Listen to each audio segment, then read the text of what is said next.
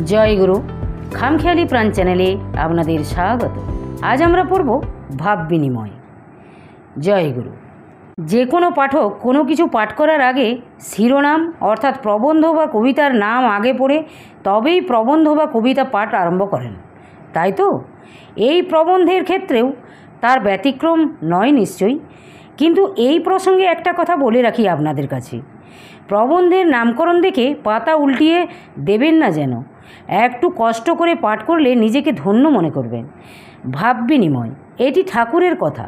সংঘে আঞ্চলিক, জেলা, বিভাগীয়, সার্বভৌম ভক্ত সম্মেলনীতে ভাব বিনিময় করার কথা আমাদের বলেছেন। এর ফলে পরস্পর উপকৃত হবে, এই জন্যই এই বিষয়টির ওপর এত গুরুত্ব দিয়েছেন। সম্মিলনীর প্রধান উদ্দেশ্য তিনটি, তার মধ্যে ভাব বিনিময়ও রয়েছে। এই বিষয়ে ঠাকুর মহারাজ কী বলেছেন একটু বিশদ আলোচনা করা যাক। ঠাকুরের বাণীতে পাই, ভাব বিনিময়ের অর্থ হচ্ছে পরস্পর ভাবের আদান প্রদান। এই সম্মিলনী তোমাদের ভাব বিনিময়ের প্রশস্ত ক্ষেত্র। এখানে তোমরা বৎসরান্তে তোমাদের ভাইদের আপনারজনদের কাছে পেয়ে পরস্পর সুখ দুঃখ ব্যথা বেদনা জানাবে, তোমাদের উত্থান পতনের ইতিহাস ব্যক্ত করবে ও প্রাণের অনুভূতির কথা প্রকাশ করবে। এমনি করে একের ভাবে অপরের অভাব পূর্ণ করবে। আশার কাহিনী শুনে নিরাশ প্রাণেও আশার আলো জ্বলে উঠবে। আমরা ভাব বিনিময় বলতে যা বুঝি, এই বাণীটিতে ঠিক সেই রকমটি বলা নেই। বাণীটি অনুধাবন করলে বেশ বোঝা যায়। সংঘে বা সম্মিলনী মঞ্চে কেবল দাঁড়িয়ে ভাব বিনিময় করার কথা ঠাকুর বলেন নাই, পরস্পরের মধ্যে বিনিময় করতে বলেছেন। তা যে পদ্ধতিতেই হোক না কেন, ভাবের আদান প্রদান। আর শুধু আধ্যাত্মিক ভাবেরই বিনিময়ের কথা বলেন নাই, পরস্পর সুখ দুঃখ ব্যথা বেদনা উত্থান পতন প্রাণের অনুভূতি, এক কথায় জীবনের সমস্ত ভাবেরই বিনিময় করতে ইঙ্গিত দিয়েছেন ওই বাণীটির মাধ্যমে। এই ভাব বিনিময় ব্যাপারটি অনেকের কাছেই জটিল হয়ে দাঁড়িয়েছে। কোনো একদিনের আলোচনার সভায় ভাব বিনিময়ের কথা ওঠে। সেই সভাতে আমারও যোগদান করার সৌভাগ্য হয়েছিল। যাই হোক, ওই সভাতে এক ব্যক্তি তার বক্তব্যের মধ্যে বলেন, আমরা শুনতে পাই ঠাকুর ভাব বিনিময়ের ওপর খুবই জোর দিয়েছেন। অনেকে বলেন সংঘের অন্যান্য বিষয় কমিয়ে ভাব বিনিময় করবে। আমরা তো ভাব কি তাই বুঝি না। ব্যাপারটা কেউ যদি আমাকে বুঝিয়ে দেন তাহলে যার পরনায় খুশি হতাম। ওই দিনের আলোচনা সভাতে ওই বিষয়ের ওপর বহুক্ষণ ধরে আলোচনা হয়, কিন্তু যিনি প্রশ্ন রেখেছিলেন তিনি তার প্রশ্নের মীমাংসা খুঁজে পেলেন বলে মনে হলো না। প্রায় সকলেই যেটা মনে করেন তা হলো সংঘে বা সভামঞ্চে দাঁড়িয়ে তার ভাবের কথা বিনিময় করবে। আমার মনে হয় এইখানে আমরা একটু ভুল করে বসছি।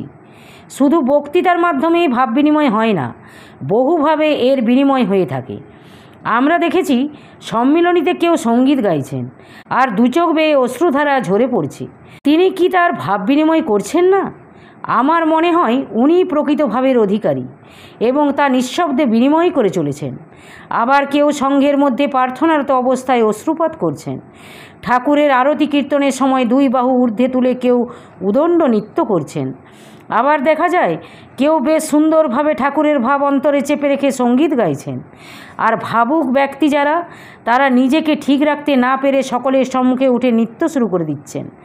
তিনি তো তার ভাব সকলের সামনে নিঃসংকোচে মেলে ধরছেন।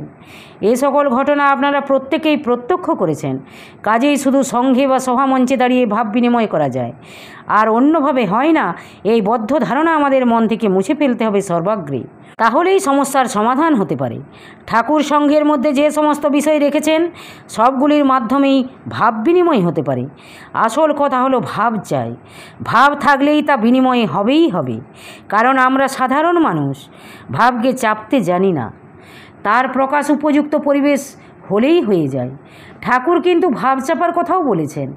এখানে একটা প্রশ্ন আসতে পারে, ঠাকুর ভাব বিনিময় করতে বলেছেন, আবার চাপার কথাও বলছেন, কোনটা ঠিক? এ প্রশ্ন আসা স্বাভাবিক, তাই না? আসলে দুটোই ঠিক, অধিকারী ভেদে।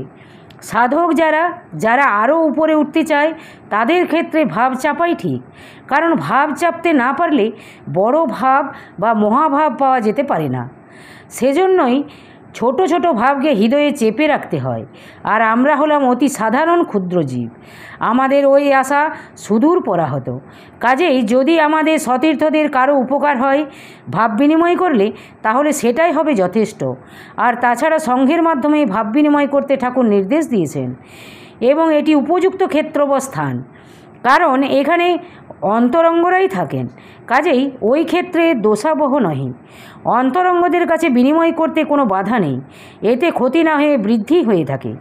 আমরা যখন একই গুরুর শিষ্য এবং ঠাকুরও বলেছেন তোদের গুরু এক, লক্ষ্যও এক, কাজেই একই পথের পথিকের কাছে কোনো বাধা থাকতে পারে না, বরঞ্চ তাতে উপকারী হয়ে থাকে। সেই জন্য ঠাকুর সংঘের মাধ্যমে ভাব বিনিময় করতে আদেশ দিয়েছেন। এখন ভাব কি বস্তু, এ বিষয়ে একটু আলোচনা করা দরকার। ভাব অতি উচ্চ অবস্থা। এই অবস্থা সাধারণের বোধগম্য নহে, তথাপি এক্ষেত্রে একটু আলোচিত হওয়া উচিত মনে করে সংক্ষেপে বলছি। এই ভাব লাভ করতে হলে আগে পরাভক্তি লাভ করতে হবে, কারণ ভাব হলো পরাভক্তির পরের অবস্থা। এই পরাভক্তি লাভ করতে হলে সর্বাগ্রে জ্ঞানী হতে হবে, নচেত পরাভক্তি লাভ করা যায় না। এখানে জ্ঞান বলতে আচার্য শঙ্কর যে জ্ঞানের কথা বলে গেছেন সেই জ্ঞান, অর্থাৎ সবের মধ্যে এক বা ব্রহ্ম দর্শন। কাজেই বুঝতে পারছেন ভাব কত উন্নত অবস্থা। শাস্ত্রে ভাব কাকে বলছে দেখুন। বিশেষ শুদ্ধ সত্ত্বস্বরূপ, প্রেমরূপ, সূর্যকিরণের সাদৃশ্যশালী এবং রুচি অর্থাৎ ভগবত প্রাপ্তাভিলাষ, তদীয় আনুকূল্যাভিলাষ ও সৌহার্দ্য ভাবাবিলাস দ্বারা চিত্তের স্নিগ্ধতাকারিণী যে ভক্তি, তাহার নাম ভাব। অর্থাৎ প্রেমের প্রথম অবস্থাকে ভাব বলা যায়। ওই ভাব বিনিময় করার কথা ঠাকুর বলেন নাই, কারণ ওই ভাব ভাষার মাধ্যমে প্রকাশ বা বিনিময় করা যায় না, উহা বোধগম্য। এই অবস্থা ব্রজের শ্রীমতী রাধারানী, প্রেমাবতার গৌরাঙ্গ মহাপ্রভু, নিত্যানন্দ মহাপ্রভু, আমাদের ঠাকুর প্রভৃতি লাভ করেছেন। কাজেই ওই প্রসঙ্গে না গিয়ে ঠাকুর যে কথা বলেছেন, সুখ দুঃখ, ব্যথা বেদনা, প্রাণের অনুভূতি, এই সব ভাবের অর্থাৎ দৈনন্দিন জীবনে চলার পথে যে সমস্ত ভাবকে অবলম্বন করে আমরা চলছি, সেই ভাবের বিনিময় করতে ঠাকুর নির্দেশ দিয়েছেন।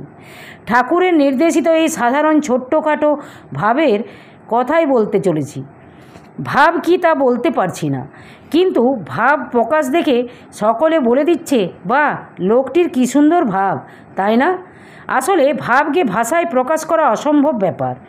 যেমন মায়া বস্তুটি কী তা সঠিক বলা যায় না, কিন্তু তার কার্য দেখে সকলে বলে দিচ্ছে এটি মায়ার কাজ।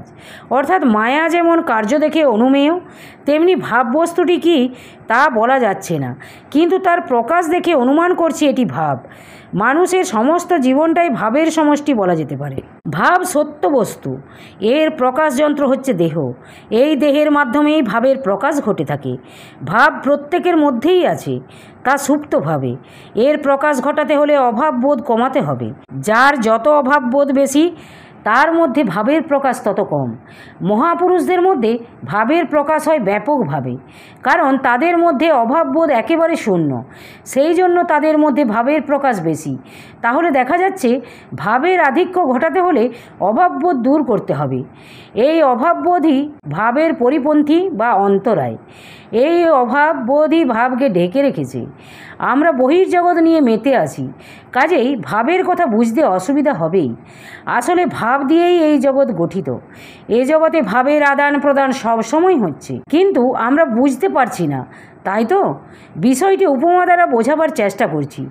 এই তো সার্বভৌম ভক্ত সম্মেলনী থেকে ঘুরে এলেন আপনারা, এখন সংসারের চিন্তায় নিজেকে জড়িয়ে ফেলেছেন নিশ্চয়ই। সম্মিলনীর আনন্দের কথা যদিও মনের কোণে মাঝে মাঝে উকি দেয়, তথাপি তা নানান কর্মের ব্যস্ততায় আবার বিলীন হয়ে যায়।